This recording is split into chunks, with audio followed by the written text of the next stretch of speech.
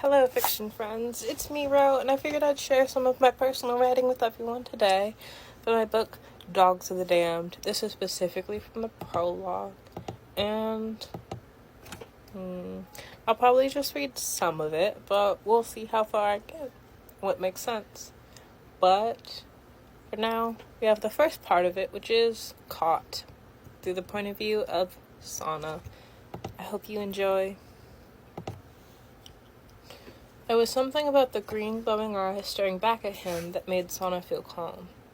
He knew at this point he wasn't safe, that he would never be the same again. The feeling he got from staring into the dark at the black, long dog across from Sana seemed to make everything a little less terrible. Even if it was for just a few seconds, she seemed to feel the same about him, too, from what Sana could tell. Didn't know how he knew, but it felt right. Sana could barely even remember why he was in the tiny locked room, or how long it had been since he saw the sun.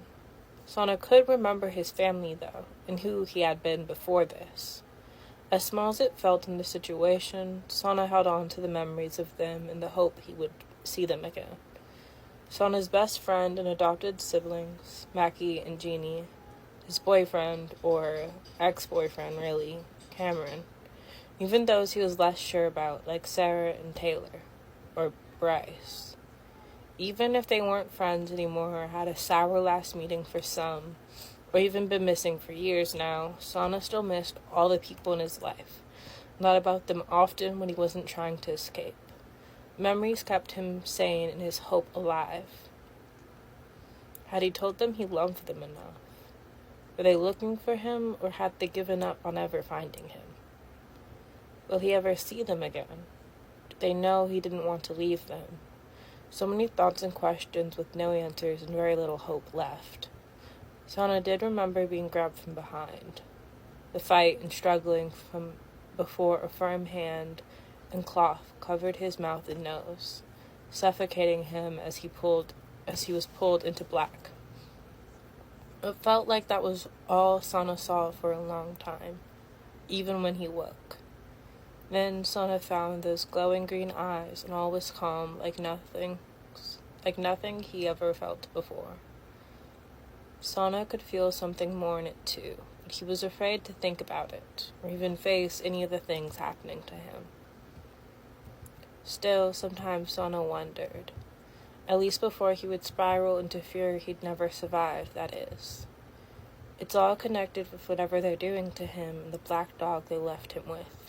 That's how he'll survive, or so Sana tells himself.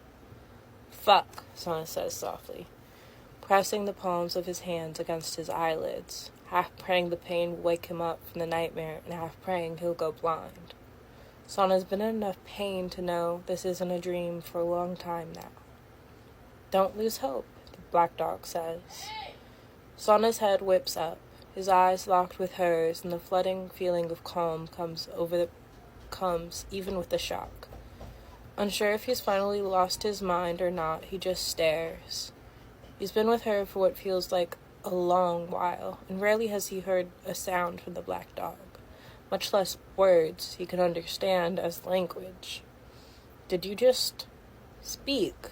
Sana asked softly, keeping his eyes on her as if she might explode or disappear, a sign that the last part of his sanity is leaving him for good. She nods back at Sana, just as shocked. "You understand me," she says quickly, ears perked up and eyes wide. Sana nods, lost on what he could even say to that. "I must be going insane, that's all. It makes sense after all. Not everyone can survive this much shit with a sane mind anyways. If I am actually surviving, that is. Might as well play along at this point, then."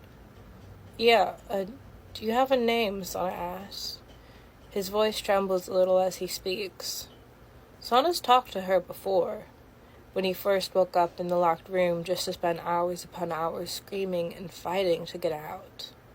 Even when Sana calmed down enough to realize he wouldn't be able to escape by just screaming as loud as he could. When Sana told her his plan to bite and attack his captors with everything he had. When they both discovered there was much more than just a few people who were in on it. And then, even after all of that, Sana speaks to her again. No, she answers. Do you want a name? Sana asks. If I did, I'd like to name myself. I named myself. I don't see any problem with you doing the same. It's not like it'll matter that much here anyways, Sana says softly, feeling a sudden wave of desperation and sadness wash over him. Sana bites down on his tongue to try and stop the tears. Alright, my name is Nala then. Okay, it's nice to meet you, Nala. I'm Sana. And that's it for the first chapter of my prologue. I hope you enjoyed, fiction friends. I'll see you when I